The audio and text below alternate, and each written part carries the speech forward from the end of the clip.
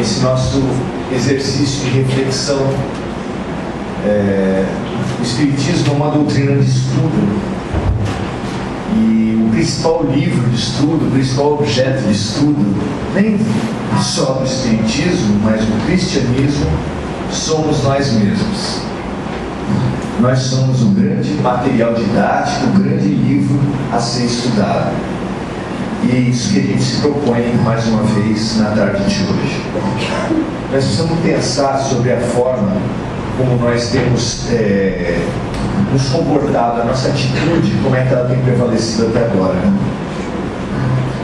É muito comum que a gente se veja no dia a dia muito sobressaltados, surpreendidos com cada coisa. Não sei se vocês se percebem assim. A gente o tempo todo está ligado como se qualquer coisa pudesse acontecer a qualquer momento, com qualquer um. Parece um estado de alarmismo permanente. E isso não é só você, não é só as outras pessoas que você vai reparando, mas todos nós, de alguma forma, temos vivido assim. Muito em função também dos meios de comunicação, que você assiste um programa qualquer desses de crime, de jornalismo de sangue, né? Que tem muito. E você fica exatamente com essa certeza, já não é mais uma impressão de que qualquer coisa pode acontecer com qualquer um, a qualquer momento. Se a gente sair com a bazuca na rua, não é suficiente. Se a gente sair com guarda-costas, com um carro blindado, nada é suficiente para as nossas vidas. Vocês não se sentem assim um pouco? Infelizmente é muito comum que a gente possa se colocar dessa maneira. Eu lembro essa atitude, com todo respeito a todos nós, me lembra muito meu cachorro. Ele está é um poodlezinho, branquinho, está com quase 17 anos de idade. 17. Tem aquele cálculo, né, de que cada ano do cachorro equivale a 7 nos humanos, então ele está bem velhinho. 17 é muita idade. E ele se assusta com tudo. Ele se assusta com tudo. Ele está o tempo todo tomando susto de todo mundo, porque ele está bem surdinho, completamente surdo. No mundo é muito comum, ele tem muito problema de ouvido, e está praticamente cego. Então tudo assusta ele. Tudo, qualquer coisa, você chega perto dele, ele se surpreende com tudo que acontece. Dá para entender por que ele se surpreende? Será que tem alguma semelhança com a gente? Ah, não, nós não estamos cegos e surdos. Será? Será? Jesus, há 2000 anos, falou uma coisa a nosso respeito. Eles terão olhos, mas não verão. Eles terão ouvidos, mas não ouvirão. Cambada de burro. Ah, a gente não está velhinho de idade. Mas será que a gente não está também travado e velhinho de espírito? É interessante pensar a respeito disso. O que acontece com a gente? O meu cachorro, antigamente, ele tinha um ouvido tão apurado, mas tão apurado, que a porta fechada, se você começasse a se mexer, qualquer cômodo da casa, ele sabia que respondia e chamava a gente. Quase nada o surpreendia. Ele não tomava susto por nada. Foi uma trajetória que foi acontecendo com ele e que ele foi se fechando para o mundo, se fechando para a realidade. Por que ele foi se fechando para a realidade? Precisa ir para um psicanalista? Por que ele foi se fechando? Por causa dos sentidos. Os sentidos foram se fechando para a vida e ele foi deixando ele perceber o que está acontecendo ao seu redor. E isso fez com que ele se surpreendesse com as coisas. Com a gente pode ser parecido em algum sentido, porque a gente vai tendo uma perda auditiva com o tempo mesmo, a gente vai tendo uma perda visual com o tempo mesmo. Só vocês, eu não. Mas é um pouco mais profundo que isso, que afinal de contas nós não somos exatamente animais, né? Nós temos outros tipos de perda. E essa perda, isso faz a gente perder o contato com o mundo, precisa ser estudado pela gente, para a gente ser surpreendido por qualquer coisa. Porque a humanidade, afinal de contas, através da história, nós vimos fazendo de tudo para não sermos surpreendidos pela vida. O que a gente faz para não ser surpreendido pela vida?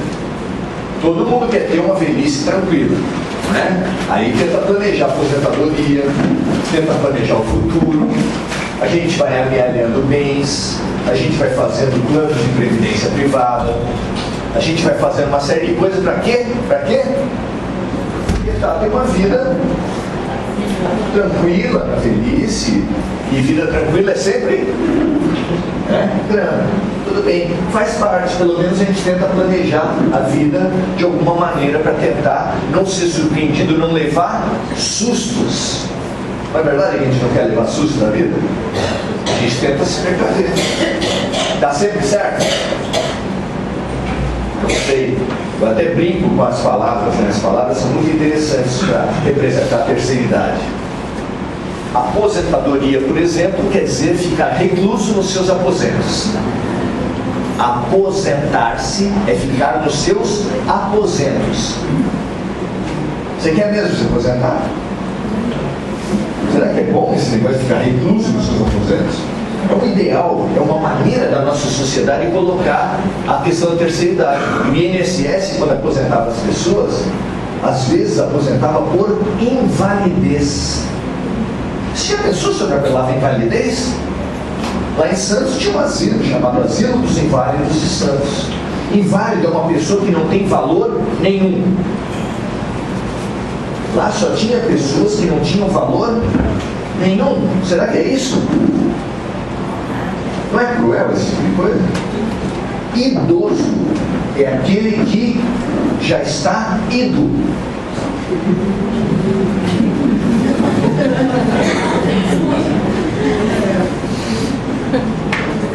Só falta finados, né? Finados é aquele que acabou. E não é nem justo com o idoso, nem com o aposentado e nem com o finado, porque afinal de contas, aqui tem vários finados. Alguns de vocês enxergam, outros não. Mas aqui tem vários finados conversando com a gente, interagindo com a gente. São vários os finados que nos trouxeram até aqui hoje. Vovozinha, tio, um grande amor de outras vidas, e pegou você pela mão hoje e falou assim: hoje nós vamos lá. Hoje não vai fugir não. Nós precisamos da atenção do Espírito, daquilo que é eterno. Eles nos pegaram pela mãozinha, acarinharam e trouxeram até aqui. Você acha que não? Lógico, você tem toda a liberdade de duvidar. Mas para a gente ter alguma convivência com o mundo espiritual, a gente sabe o trabalho que eles têm com essas crianças rebeldes. Nós somos crianças terríveis. E eles, para conseguir pegar a gente pela mão, vir pela ruazinha, assim, com a criança pela mão, e trazer até aqui, é um trabalho. E hoje eles conseguiram. Parabéns para eles. E nós chamamos eles de finados. Acabou. Não imaginou quando você morrer e vier visitar teu filho, tua filha, teu netinho, eles olharem para você e se tiverem vista, tiverem olhos de ver, eles olham para você, eriçam o cabelo e saem correndo? Ai, estou vendo fantasma. Aí você sai correndo também, ai meu Deus. Onde está o fantasma? Onde está o fantasma? Até você descobrir que o fantasma... Será que tem uma música do Roberto Carlos? O fantasma sou eu. Nós também, por algum motivo, existe algum processo, a alma humana vai se insensibilizando para a vida, vai perdendo contato com a realidade.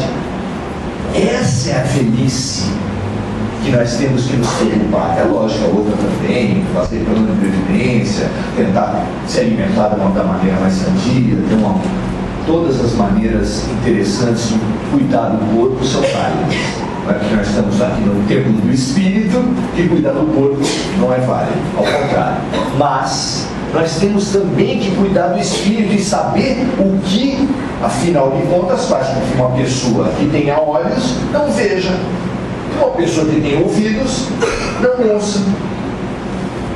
Ora, desde pequenininho a gente vai reprimindo o que a gente ouve e o que a gente vê. Ou você acha que é pouca gente? Chico Xavier tem poucos. Lógico que tem poucos. Mas pessoas que têm sensibilidade, intuição e mediunidade não são poucos, não. Você pensa que são poucos?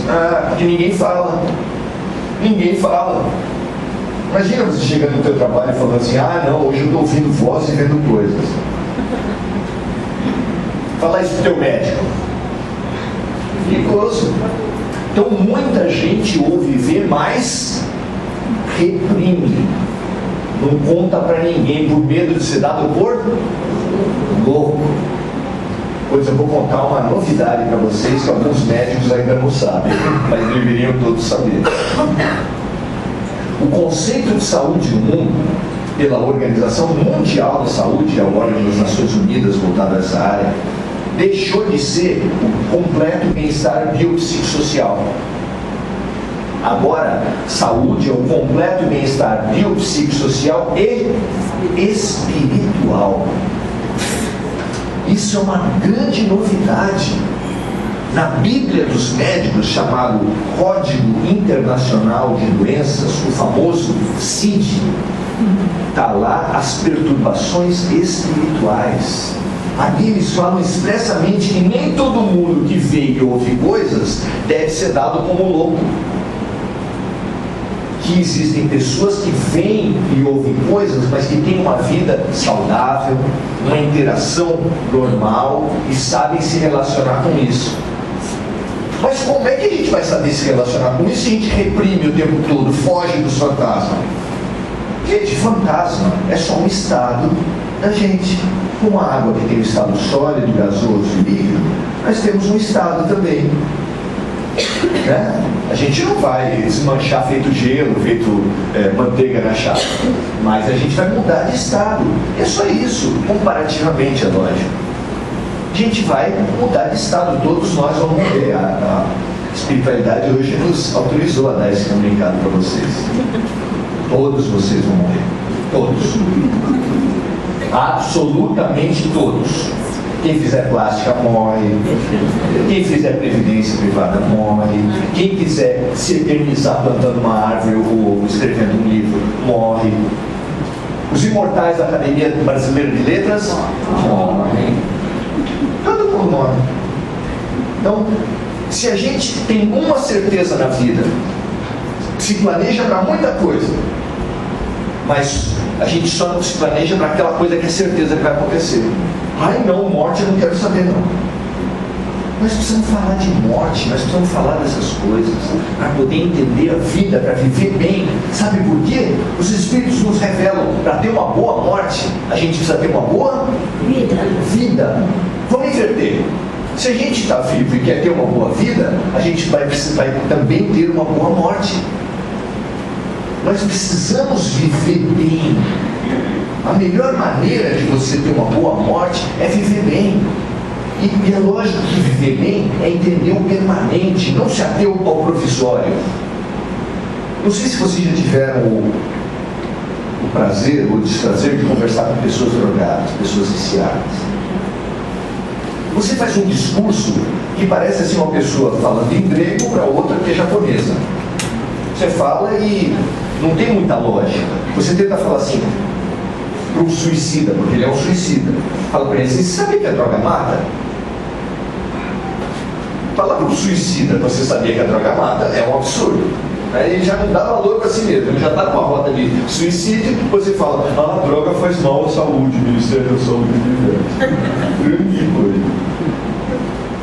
Olha, isso aí vai prejudicar o teu futuro. Quem está querendo se matar agora está pensando no futuro? Então tem pessoas que só pensam no imediato, pois os drogados são uma parábola da gente. Do ponto de vista do teu anjo da guarda, da tua tiazinha, da tua avózinha, do teu espírito familiar que hoje te trouxeram aqui, você é um drogado que só está pensando no imediato. Tem uma vida assim, você só pensa aqui em volta. Uma vida grande, um mundo enorme, um universo infinito, e você olhando para o teu pezinho. Como você fala para o drogado, como que você vai jogar a tua vida fora por causa de um prazer momentâneo? E o teu anjo da guarda está perguntando o que para você? Como é que você despreza o pensamento da eternidade e só pensa naquela questão mais imediata? O que é eternidade perante 90 anos de uma vida? Pensa um gráfico qualquer. Essa parede aqui. Se essa parede representasse a eternidade, o que nela representaria 90 anos de idade? Dá uma opinião aí.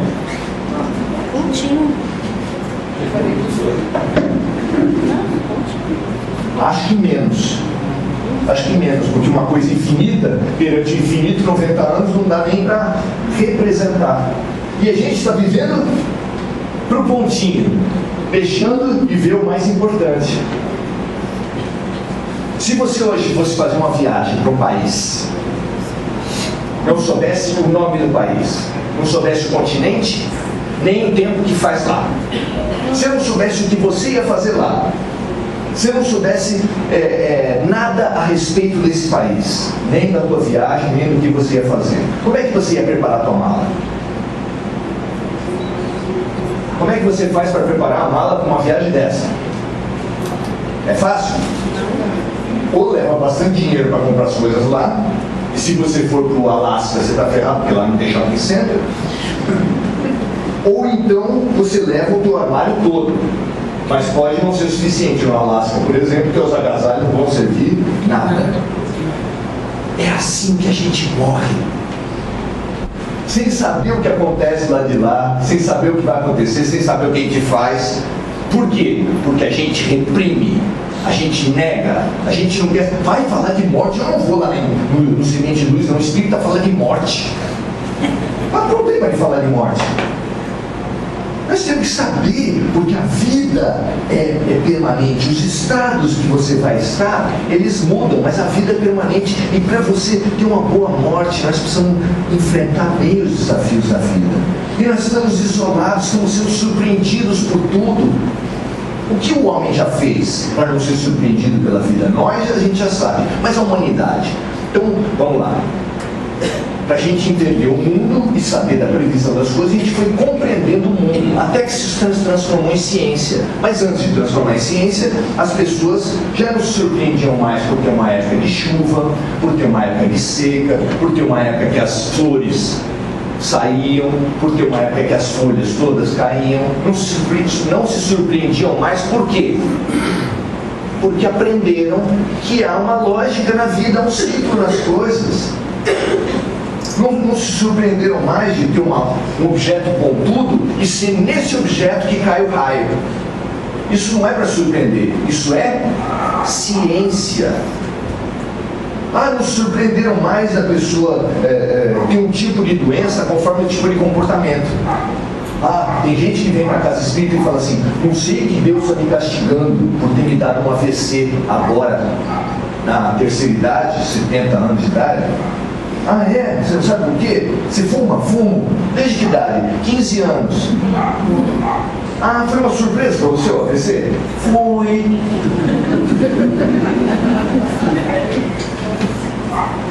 Isso é uma total inconsciência, é viver de olhos fechados, é literalmente ter olhos, mas não ver, ter ouvidos, mas não ouvir. Só que hoje nós estamos falando mais do corpo, mais do que o corpo. Nós estamos falando da vida espiritual. E talvez, só talvez, vale a pena a gente levantar a cabeça. Não sei se vocês já viram aquelas pessoas que andam na corda bamba. Vocês já viram alguém andar na corda bamba e andar bem? Agora é fita bamba, né? Não é mais corda, tem umas fitas largas assim, as pessoas ficam na praia. Eu já tentei, Deus do céu. Mas as pessoas sobem ali. Você já viu alguém subir naquilo e ficar olhando para o próprio pé e conseguir se equilibrar? Você tem que olhar para onde? Olhar para frente, olhar para o horizonte. Nós, para termos equilíbrio na vida da gente também está numa corda bamba. Se você ficar olhando só para o imediato, você cai, feito um drogadito, feito uma pessoa que só quer o agora, só quer viver o prazer, a dominação, a vantagem agora. Essa pessoa está condenada a se esborrachar no chão. Para você ter equilíbrio e ter uma postura na tua vida, você precisa olhar ao longe, olhar na linha do horizonte, na linha do infinito, olhar a vida do ponto de vista da eternidade. E esse é o grande ganho que qualquer religião, e o Espiritismo também, propõe para os seus frequentadores. Nós precisamos viver a vida do ponto de vista da eternidade, como se a vida não fosse só isso, porque não é. Como se a vida não fosse só você conseguir o cargo que você quer. Tem gente que vem aqui e fala assim: não, eu quero conseguir um cargo que liberou lá no meu trabalho. Vou lá no centro espírita para ver se estou mandando um passe bem forte. Porque as pessoas avaliam religiões assim: mudei de religião, minha vida melhorou, troquei de carro, fui promovido no emprego, estou ganhando melhor.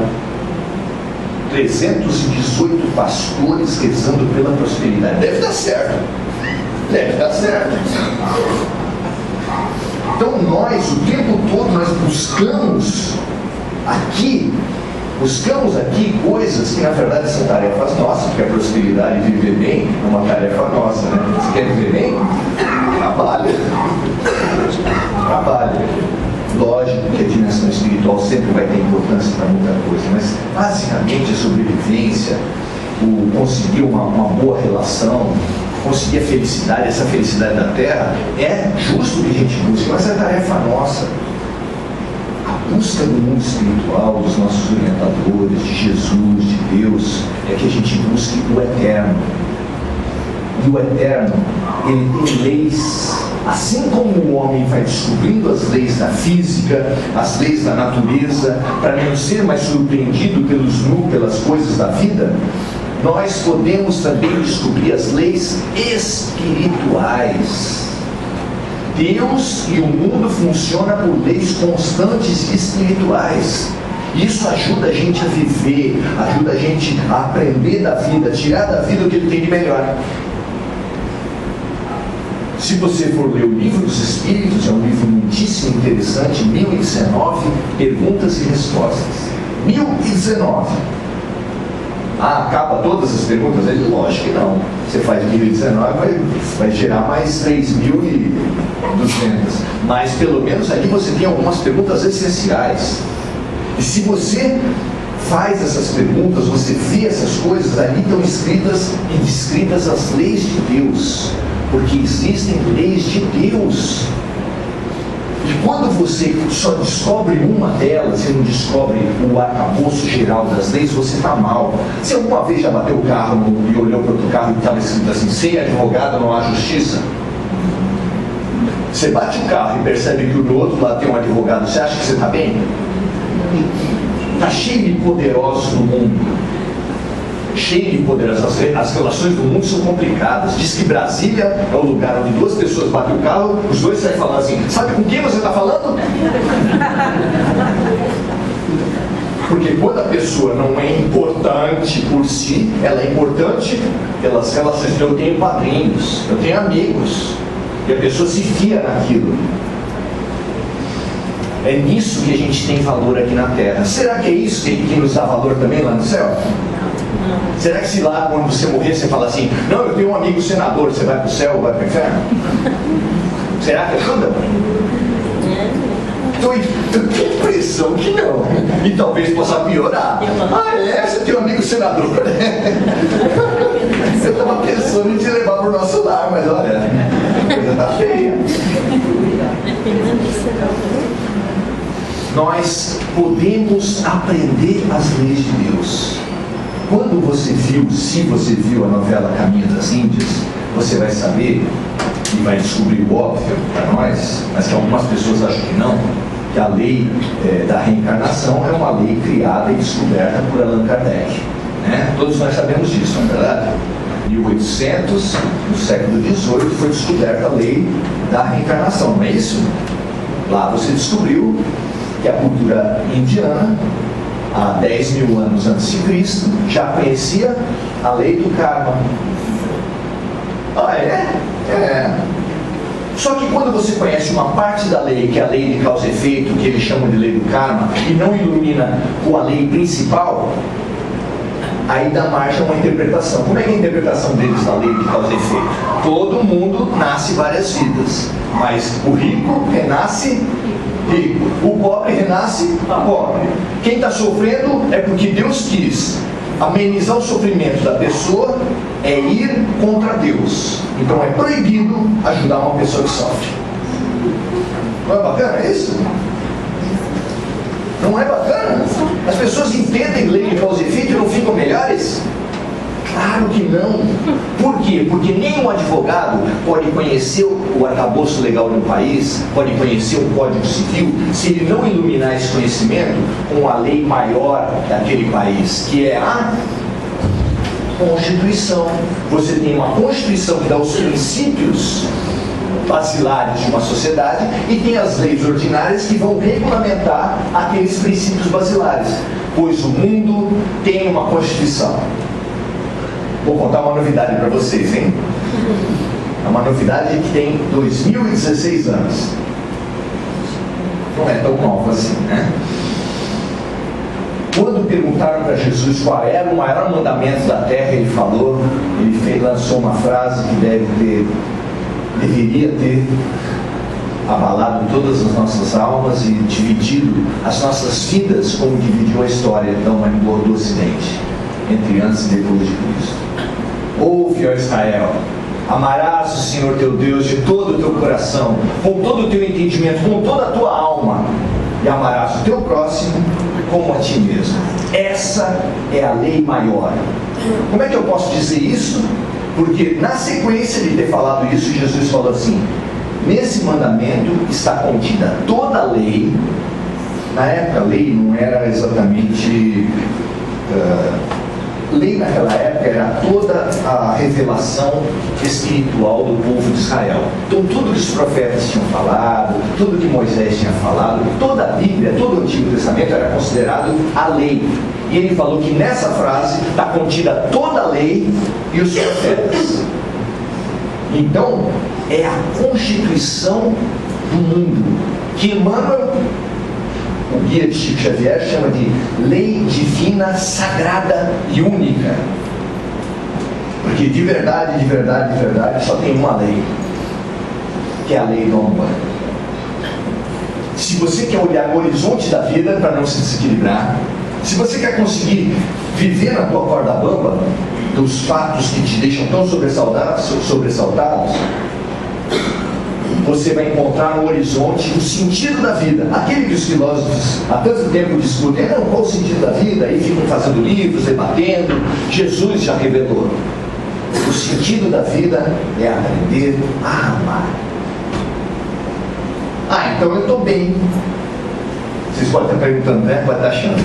Ah, eu estou bem, vou sair daqui bem, porque se o sentido da vida é amar, eu estou bem. Porque quem vai levantar a mão aqui e falar assim, eu não amo nada? Levanta a mão aí. Quem não ama nada? Não ama sua mãe, não ama seu filho, não ama seu cachorro, não ama sua planta, não ama seu país, não ama seu time de futebol, não ama comprar sapato no final de semana. Quem não ama nada? Impossível. Então está todo mundo amando, todo mundo é cristão e está todo mundo bem com Deus. É isso? Todos amor é tudo mesmo, sabe? Amor pelo Corinthians, amor, amo meu carro. Teve época que o Maluf fez a campanha assim, amo São Paulo, voto Maluf. Pronto, a pessoa já está no céu. Votou Maluf e já está no céu. Não é verdade? Será que é isso, gente? O símbolo que mais vende produtos na história da humanidade, sabe qual é? O logotipo que mais vende coisas é o coração. A pessoa faz gol, faz coração. A pessoa faz qualquer coisa, tem coração em calcinha, tem coração em agenda, tem coração em tudo quanto é coisa, tem coração, vende tudo. Será que qualquer pessoa que amar de qualquer jeito, tá bem? O homem que bate na mulher e fala que bate por amor? Os pais que batem nos filhos e falam que batem por amor? Vai, ninguém viu.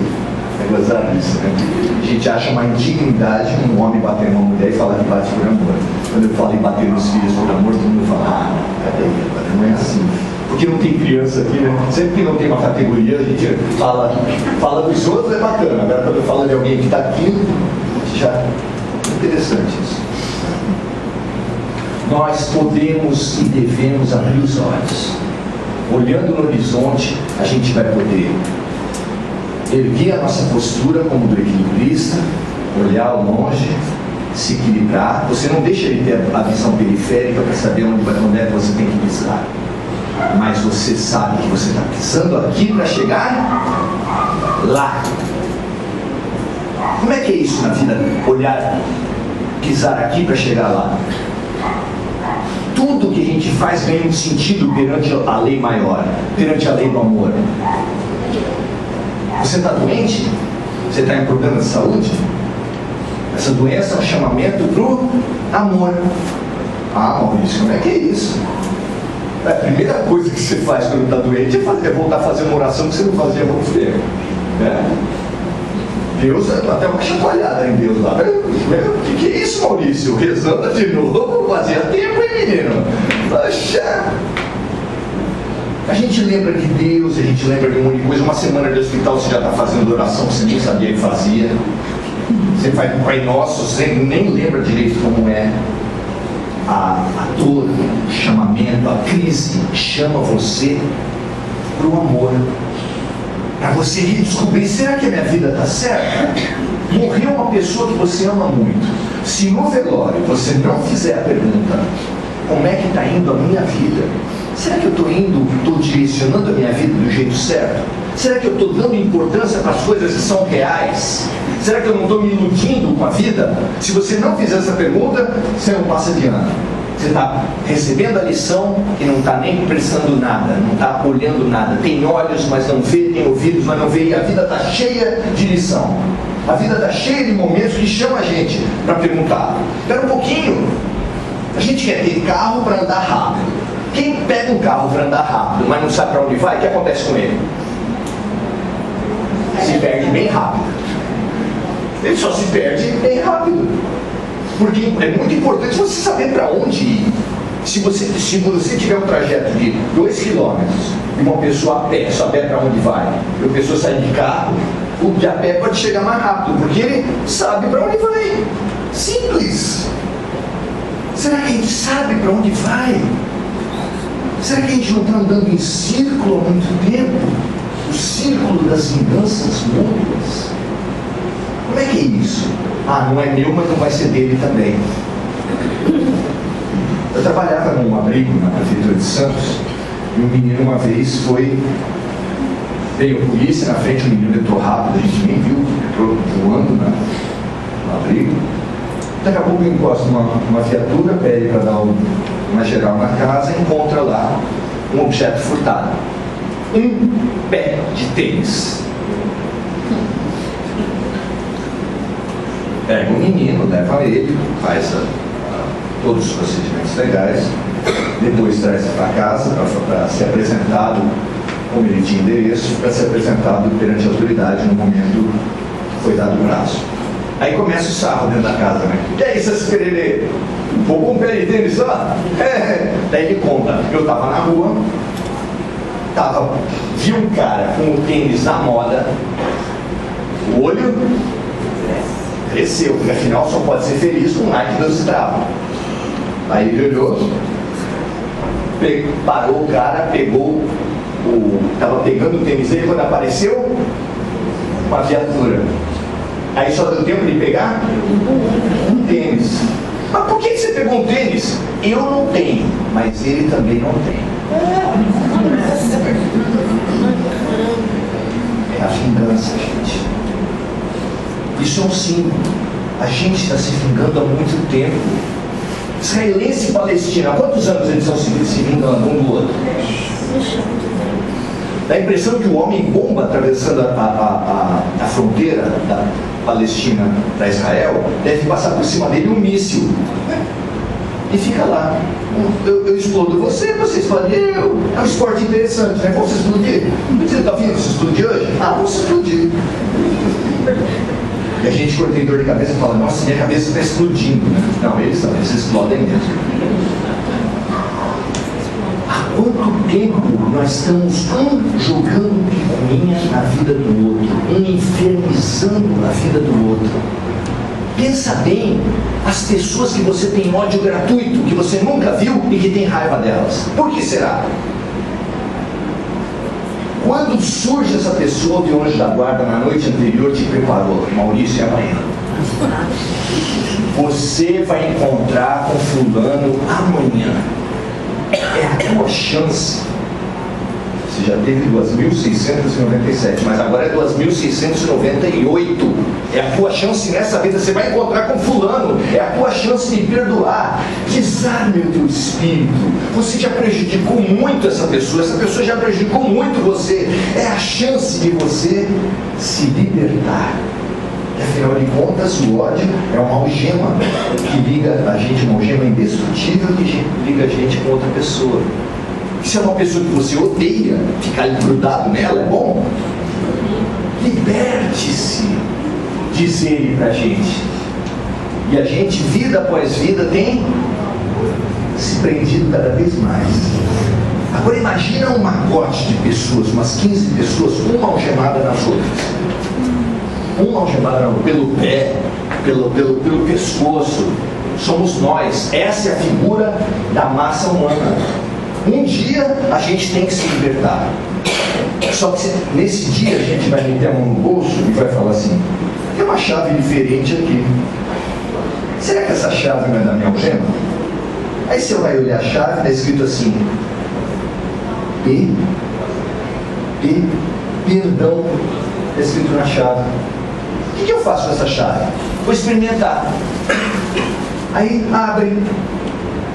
Aí quando você consegue perdoar uma pessoa, você se liberta daquela pessoa. Daí você fala, bom, tenho mais 200 algemas aqui. E começa a usar. Usei o perdão, olha só, já tenho uma perna livre. E você começa a andar. É como se o meu cachorrinho pudesse de uma hora para outra adquirir novamente a audição, adquirir novamente a visão. Nós podemos fazer isso. Você está afim? Quando você vê o Evangelho, vê um filme, você não fala assim, ai puxa, mostra aquele monte de mendigo, estrupiado, paralítico, cego, surdo, tudo ali. E aí, Jesus andando com aquele monte de gente no pôr do sol, e aí a sombra dele passando por cima dos mendigos que se colocaram ali para ficar sob a sombra de Jesus. E ali vai passando e as pessoas vão se curando na sombra de Jesus. Você não tem inveja? Você que está com uma dor, com uma artrite, uma coisa qualquer, você não fala assim, puxa vida, eu podia estar naquele tempo. Você está naquele tempo. Jesus está aqui agora. Ele jamais nos abandonou. Ele está aqui. Será que está? Tem gente que fica discutindo, será que Jesus vai voltar? Jesus nem foi, como é que ele pode voltar? Ele o tempo todo está junto com a gente, o tempo todo. Ele não precisa estar na carne junto com a gente, porque na carne ele já explicou o que precisava dar. Aí a professora dá uma aula e depois sai para ver se os alunos... Ela precisa voltar para falar a mesma aula? Para voltar a falar a mesma aula? Eu acho que não. Jesus está aqui, ele já deu a aula, agora ele só está apoiando para ver. Lembra? Se esqueceu, tem um livrinho. Tem o Evangelho. Ler o Evangelho é difícil? Entender o Evangelho é difícil? Emmanuel e Chico Xavier, a série Fonte Viva, Caminho, Verdade e Vida, fala muito sobre o Evangelho. Mesmo assim, livro é muito difícil. A casa oferece vários cursos aprendizes do Evangelho, para a gente discutir a vida e discutir o Evangelho como meio, como chave para